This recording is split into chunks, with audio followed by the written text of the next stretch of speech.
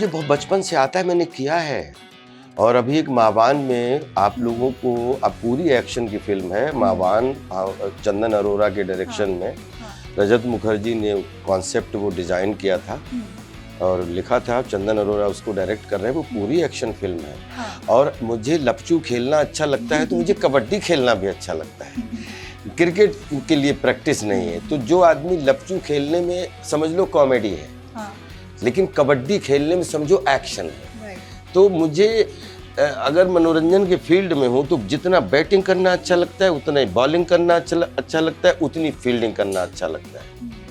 खड़े होके देखना अच्छा नहीं लगता है कि या तो बॉलिंग पे हूँ या बैटिंग पे हूँ या क्या उस पे फील्डिंग पे हूँ, और उसमें जहाँ पे जो मौका मिला वो अवसर है हमारे लिए। तो मैं मेंटली और फिजिकली बचपन से रेडी हूँ कि मैं फिजिकली एक योगा प्राणायाम और प्रॉपर एक्शन वाला बॉडी को, आज से नहीं आप कोई भी फिल्म पिछले 25 साल में देख लो, तो चाहे एक मंजिल से कूदना पड़ा हो तो कॉमेडी में कूदना है वो भी आ जाता है, और सीरियस कूदना है तो वो भी, और चाहे 10 मंजिल से कूदना पड़ा। तो एक अभिनेता बोलने में ईश्वर का आशीर्वाद, आप सबका आशीर्वाद, नाचने में भी ठीक है, नाचना तो क्या, एक्टर हूँ तो झूमना आता है, लेकिन एक्शन अभी तक नहीं। तो कोशिश करूँगा कि अगले 25 साल में कुछ ऐसी एक्शन वाली फिल्में करूँ, और जिसमें अब जनता का आशीर्वाद मिल गया कि कॉमेडी इज सीरियस बिजनेस, तो उसका एक एक्शन देके मैं इसको ऑडिशन समझता हूँ। और धन्यवाद देता हूँ कैली से और एटली और पूरे सब लोगों को कि आपने मेरे लिए वो सीन डिजाइन किया, तो मेरा ऑडिशन हो गया। अब कि मैं सीरियस एक्शन भी कर सकता हूँ, उसके लिए हाइट आड़े कभी नहीं आई, जैकी चैन की नहीं आई, चार्ली चैपलिन साहब की नहीं आई, राजपाल की कैसे आएगी। तो वो मेरे लिए बेबी जोन का जो वो एक्शन है वो मेरे लिए एक एग्जाम हो गया, उसमें जनता ने, आप सबने स्वीकार कर लिया। तो मैं एक्शन फिल्में करने के लिए मेंटली फिजिकली रेडी हूँ और आपको अच्छी लगेंगी, कोशिश करूँ।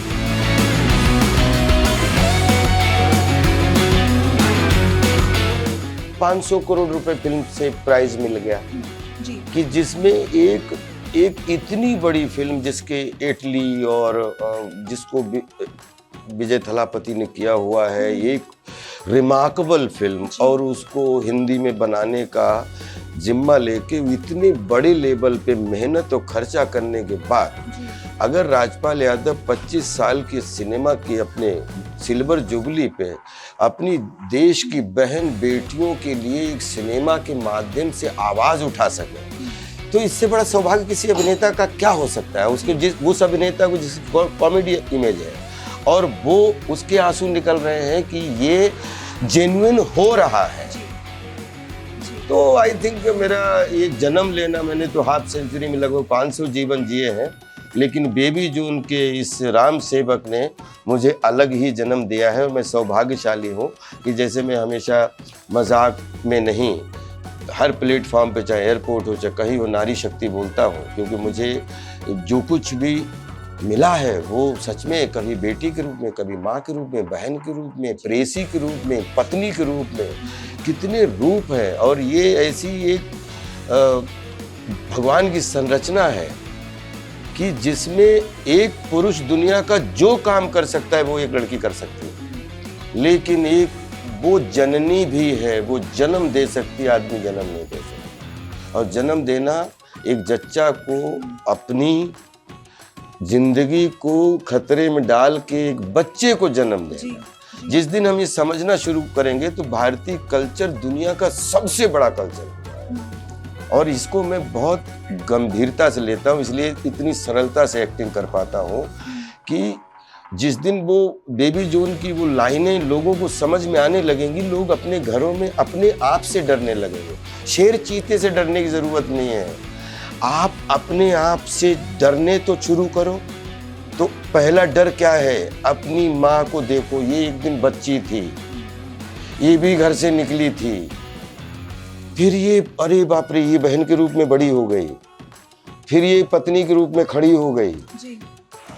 और माँ के रूप में आ गई। तो ये एक चार्ली चैपलिन अपने मंच से बोले या राजपाल यादव सिनेमा के माध्यम से बोले, तो मैंने हाफ सेंचुरी में 500 जीवन जिए, लेकिन राम सेवक ने भी मुझे एक सार्थक जन्म दे दिया बेबी जॉन के कैरेक्टर के माध्यम से, और ये समर्पित है उन सब पूरे देश दुनिया की हर बच्ची बूढ़ी नौजवान उस माँ को समर्पित है लाइनें, कि जेन्युइन लाइनें हैं। और वो लाइनें जब जब हम लोगों ने रिहर्सल किया तब आंसू आए, आज इंटरव्यू दिए तब भी आंसू, वो सच्चाई है और वो अभिनय नहीं है। और उसको हाँ दिल लेने लगेंगे, उस दिन हमारा देश 1000 गुना और सक्षम हो जाएगा। इतना रिच है हमारा देश, सिर्फ ये कमजोरी दूर हो जाए, सम्मान मिल जाए। क्योंकि हमें लगता है कि हम नारी शक्ति को सम्मान देते हैं तो बहुत बड़ा काम करते हैं। नारी शक्ति इस ब्रह्मांड में कोई पैदा नहीं हुआ जिसने नारी शक्ति को, शिव ने शक्ति को पूजा, राम ने सीता को पूजा, कृष्ण ने राधा, बोले कृष्ण बोलोगे तो अधूरे हो, राधे कृष्ण बोलोगे तो पूरे हो। तो कलयुग में ऐसा क्या हो गया जो जितने भी दुनिया में सबसे ज्यादा अगर अत्याचार हो रहा है पूरे विश्व में, सबसे ज्यादा कहीं एक्सप्लॉयटेशन, तो वो महिला शक्ति का, और उसमें पूरे विश्व में। जिस दिन महिलाओं को ये भरोसा हो गया कि नहीं अब विश्व में मैं सेफ हूँ, मिसाइल से बड़ी शक्ति आ जाएगी, बिलीव करो, ये मेरा विश्वास है। क्योंकि उसमें, क्योंकि वो लोग नेचर हैं, वो प्रकृति हैं, वो लोग प्रकृति के नेचर जीते। कोई बच्ची इसलिए कि वो नेचर के हिसाब से, और हमें नेचर के प्रति अगर जागरूक रहना है तो नेचर की रिस्पेक्ट करनी पड़ेगी।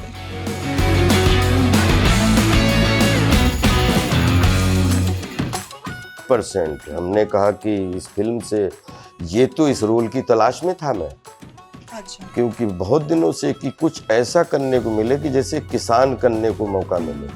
तो एक फिल्म है निराकरण, उसमें किसान और वकील करने का मौका मिला, किसान परिवार का एक बेटा, लेकिन एक ऐसा किरदार जो मतलब नारी शक्तियों की व्यथा बोलने का एक मिले, कि कोई कॉमेडी करते हैं तो हर समय हर चीज़ में मजाक नहीं लिया जाता। तो बेबी जॉन में वो इंतजार पूरा हुआ कि जैसे बताया कि ये सीन है, तो जब, और एटली सर ने भी उसमें बड़ा इज अ यंग मतलब डायनेमिक गाय, और मतलब वो भारत के अच्छे सिनेमा का फ्यूचर है, मतलब एटली और कैलिश ये लोग, क्योंकि इनके साथ 25 साल पूरे होने की खुशी की जो फिल्म कर रहे थे, ऐसा लगता है कि अभी जन्म हुआ है, अभी सिनेमा सीख रहे हैं। तो इतनी मेहनत करने वाला जो ग्रुप हो, और वैसे भी हमारी ज़्यादातर, हमने अगर जितनी फिल्में की हैं तो 70% सब साउथ इंडियन डायरेक्टर्स के साथ में ही हमारी हुई हैं। तो मेरी लाइफ बनाने में, मतलब उत्तर भारत तो मेरी जन्मभूमि माँ है, लेकिन दक्षिण भारत मेरी मौसी भूमि माँ है, जिसने मुझे मतलब बहुत, राम गोपाल वर्मा जी से लेके, प्रियदर्शन जी से लेके, डेविड धवन साहब से लेके, तो जैसे डेविड धवन साहब नॉर्थ के हैं तो प्रियन जी साउथ से, रामू जी साउथ से, और बहुत सारे डायरेक्टर जिसमें मतलब हमें आशीर्वाद मिला। और हमें हमेशा पूरे भारत का सिनेमा, जितना मुझे नॉर्थ से प्यार मिलता है और जितना मुझे उतना साउथ से प्यार मिलता है, उतना ईस्ट से प्यार मिलता है, उतने में 140 करोड़ क्या, जितने 800 करोड़ लोग हैं। अब जो अभी कुछ वाइट, जैसे कुछ चेहरे ऐसे हैं जिनमें अभी 600 करोड़ तक तो पहुंच ही गए होंगे, तो उनमें हर किचन से अपना एक नाता हो गया है, वो कहीं का भी हो, कुछ का हो, मतलब बोलते ना कि आंखों आंखों का नाता है, मनोरंजन का नाता है।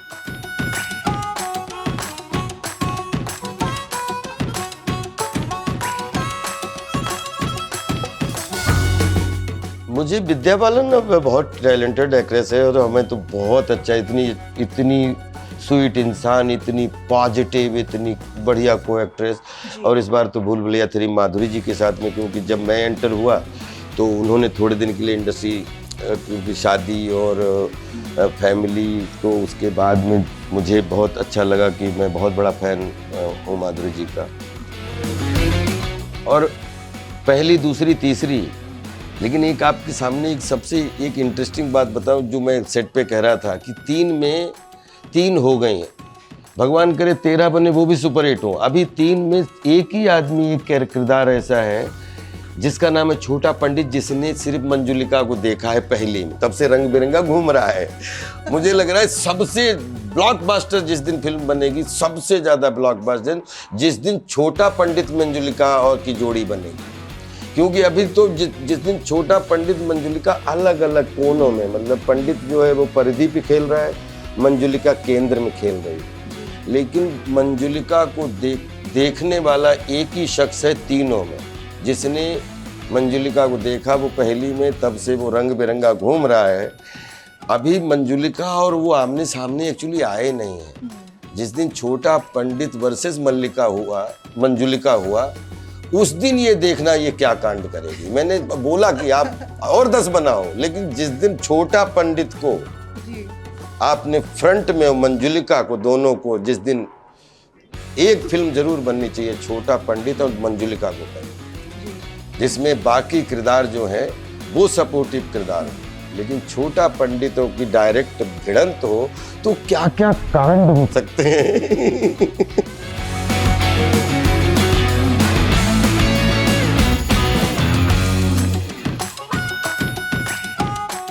मैं जैसे कोई बोलता है कि आपको मैं 25 साल से देखता हुआ आ रहा हूँ, तो मैं अपने आप को 25 साल से देखता हुआ आ रहा हूँ। तो अगर मैं गंभीर बातें करता हूँ तो मुझे कॉर्नर की बातें उतनी पसंद है, तो मैं अपग्रेडेड करता रहता हूँ अपने आप को। आई एम लकीएस्ट कि हम लोगों ने लिफाफा की भी लाइव देखी, अंतरदेशी की भी लाइव देखी, और इंस्टाग्राम और ईमेल की लाइव भी देख रहे हैं। तो जितना लोगों के लिए नया है उतने मेरे लिए नया है, क्योंकि समय एवरी डे चेंजिंग डे। तो ये जो आप कर रहे हैं, एक्चुअली मैं इसको खुद बन के देख रहा हूँ। तो जब ऑडियंस के बीच में ऑडियंस का रोल करता हूँ, कॉमन मैन की भूमिका निभाता हूँ, तो मैं भीड़ बन के निभाता हूँ, इंडिविजुअल बन के नहीं निभाता हूँ। तो वही अब जो ये वर्ल्ड चल रहा है, जिसमें मीम है, ये है, वो चल रहा है, तो मुझे ऐसा लग रहा है कि मैं इसका एक बहुत महत्वपूर्ण, मैं भी एक ऑब्जेक्ट हूँ, तो वो बन के जीने लगता हूँ। लेकिन तो कभी आपकी मीम के रूप में लाइव, कभी आपकी सिनेमा के कैरेक्टर के रूप में, कभी आपके इंसान के रूप में, रियल और रील। तो रील के जितने कोने हैं, मैं खुद एक कोना बन के एंजॉय करता हूँ। आप देखते हैं अपने मीम्स? बिल्कुल देख लेता हूँ, हंस लेता हूँ।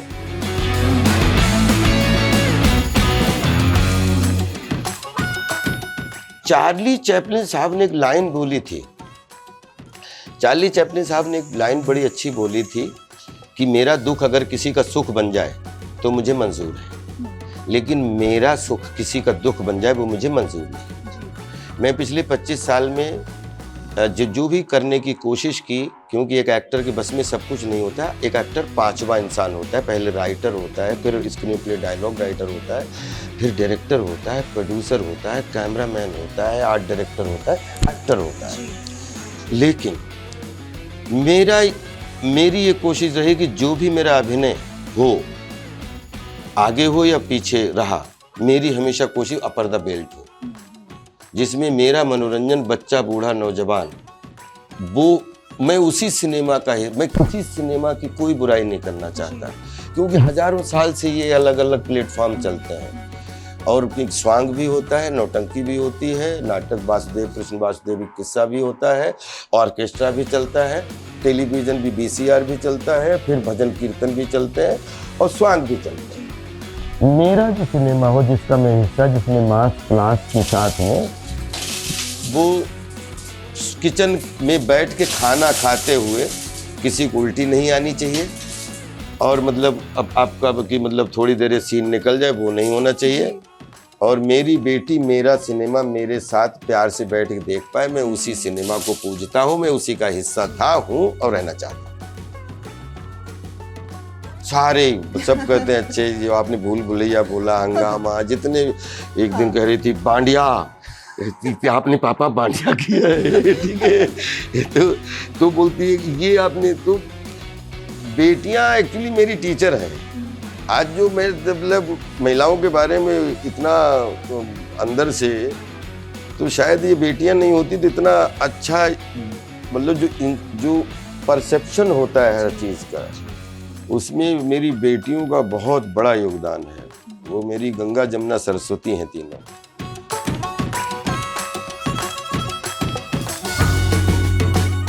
राजपाल यादव का कोई एक्टर, राजपाल यादव, जितने लोगों के साथ काम किया वो सौभाग्य था, सबके साथ बहुत मजा आया, चाहे नए के साथ, चाहे पुरानों के साथ, चाहे उसमें।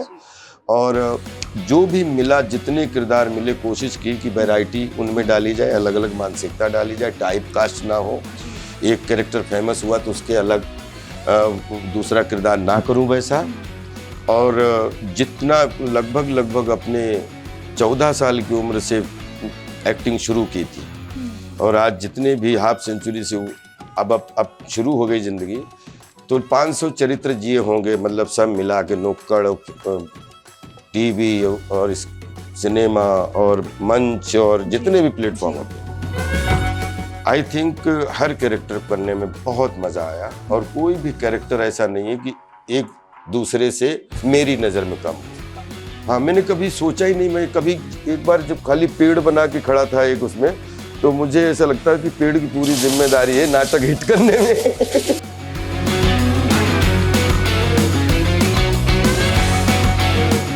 मैं, मेरी पत्नी और वो फिल्म जरूर, मुझे ऐसा लगता है कि समय से 15 साल पहले बन गई। तो अगर मैं, मेरी पत्नी और वो पार्ट 2 रिलीज अब होगा, जी। उसकी तैयारी बनाने की चल रही है।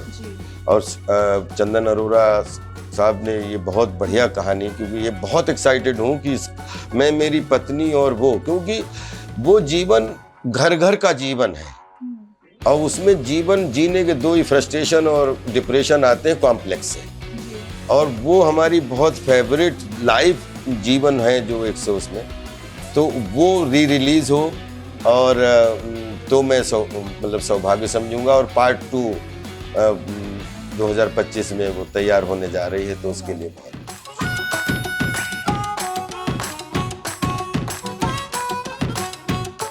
अभी वेलकम बन रही है, उसका तो हिस्सा हूँ जी। और वो जो फिल्में हैं, जितना है टाइम हुआ और कॉन्सेप्ट अच्छा हो, मतलब हुआ, और कैरेक्टर मन का हुआ, तो ज़रूर हिस्सा होना चाहूँगा।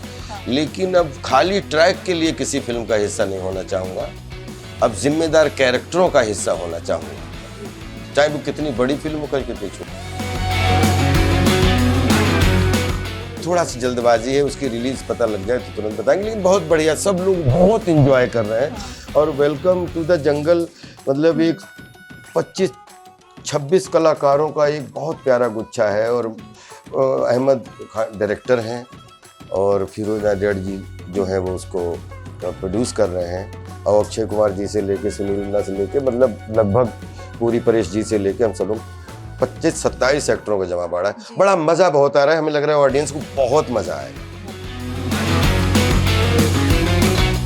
2-3 प्रोजेक्ट रेडी हैं, जो उनकी रिलीज मिलते ही बता दूंगा। कि हम तुम मकतूब पलाश के साथ की है मैंने, जो आफ्टर काम चालू है वो लीड की है, और वो सिंड्रोम जो बच्चे होते हैं उनके ऊपर फिल्म बनाई गई है। और उसके बाद जो वेलकम टू द जंगल, और फिर अभी जैसे मावान है, मैं, मेरी पत्नी और वो है, टैक्सी भूत है ये, और बाराती घराती जनाती, तो ये 4-5 प्रोजेक्ट लीड के हैं जी। और एक प्रियन जी की फिल्म भूत बंगला है, डेविड जी की ये फिल्म अगली है, तो 8-9 प्रोजेक्ट है, मतलब सब 1 by 1 कंप्लीट हो। बंगला का शूटिंग स्टार्ट हो गया? बस शूटिंग के साथ अभी परसों शूटिंग करने ही जा रहे हैं।